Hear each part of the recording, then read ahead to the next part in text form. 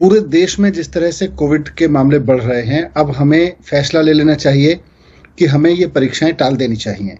अब सवाल ये उठता है कि परीक्षाएं टालेंगे तो करेंगे क्या? उसके लिए बहुत सारे विकल्प हैं। उसके लिए ये भी विकल्प है कि ऑनलाइन परीक्षा कराई जा सकती है। उसके लिए ये भी विकल्प है कि जो कंटिन्यूस असेसमेंट की थ्योरी, कंटिन्यूस असेसमेंट की प्रैक्टिस सारी दुनिया में अडॉप्ट होती है, वो अडॉप्ट की जा सकती है।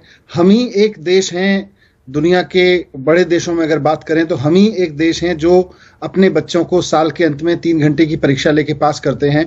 बाकी सब लोग बच्चों का कंटिन्यूस असेसमेंट करते हैं और उसके बेस पर अगले क्लास में प्रमोट करते हैं। तो कोविड के वक्त में हम वो तरीका भी अपना सकते हैं।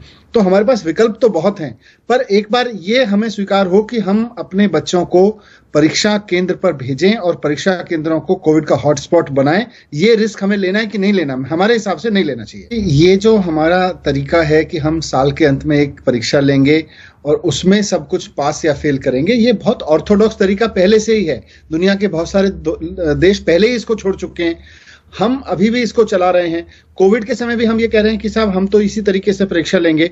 मेरा सवाल जो है यहाँ ये था, आज जब हम बात कर रहे थे, कि अगर आपने पुराने तरीके से पढ़ाया ही नहीं, पूरे साल बच्चों को ऑनलाइन पढ़ाया, तो पुराने तरीके से ही आप बच्चे को परीक्षा लेके पास करेंगे, ये जिद ठीक नहीं है। आप नए तरीके अपनाइए। नए तरीके अपना के, मैं ये नहीं कह रहा आगे बढ़ा दीजिए, आगे बढ़ाने का कोई सॉल्यूशन नहीं है। आगे बढ़ाएंगे, अभी आपको पता नहीं है कि कोविड की सिचुएशन आगे क्या रहने वाली है, कितना आगे बढ़ाएंगे, अनसर्टेनिटी बनी रहेगी।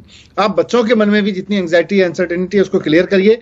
उनको बताइए कि हम अब आपको इवेल्युएट करने का, हम आपके असेसमेंट करने का ये तरीका अपना रहे हैं। पर मनीष जी, वो यूनिवर्सिटी में कैसे दाखिल होंगे? एक सवाल ये भी है ना कि जैसे अब यूनिवर्सिटी में मार्क्स कट ऑफ होगा, मार्क्स मांगे जाएंगे, तो ये आप कंटिन्यूअस असेसमेंट से वो यूनिवर्सिटीज में कैसे दाखिल होंगे? अच्छा, ये तो हम दिल्ली यूनिवर्सिटी और विश्वविद्यालयों की बात कर रहे हैं। किसी को अगर फॉरेन यूनिवर्सिटी में दाखिल होना हो तो इन सब चीजों के लिए ये 12th की परीक्षा का बड़े मायने होते हैं। फॉरेन यूनिवर्सिटीज के लिए तो खास तौर से 12th की परीक्षा में आने वाले ग्रेड्स बिल्कुल मायने नहीं रखते। वो आपका एक अलग तरीके से असेसमेंट करते हैं। हमारे यहाँ ITI, IIT वगैरह जो एग्जाम लेते हैं, वो भी एक अलग तरीके का एग्जाम चल रहे हैं। उसको भी ऑनलाइन किया जाने की जरूरत है। लेकिन मैं कह रहा हूँ टालने की जरूरत नहीं है। आप इसको कैंसिल करिए कि हम 3 घंटे की परीक्षा में बच्चे को इवेल्युएट करेंगे।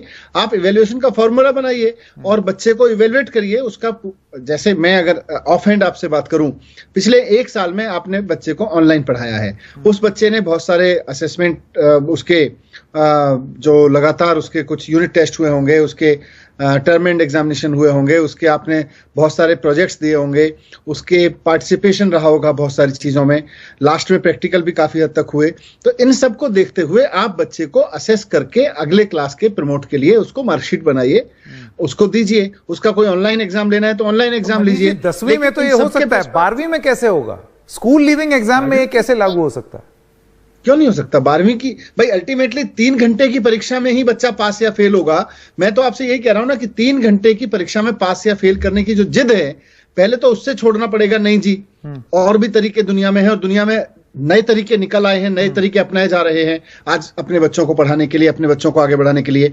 हम कोविड के समय में बच्चा का, आप ये सोचिए, बच्चा अगर हमसे उल्टे ये पूछे कि साहब आप मुझसे परीक्षा तो ले रहे हो, वो जो आप पिछले 20 साल से लेते आए हो उस तरीके से, पढ़ाया आपने मुझे इस साल नए तरीके से, जब आप मुझे पुराने तरीके से पढ़ा ही नहीं रहे तो आप मेरी परीक्षा नए तरीके से क्यों नहीं लेते? पुराने तरीके से परीक्षा कैसे ले सकते हैं आप मेरी?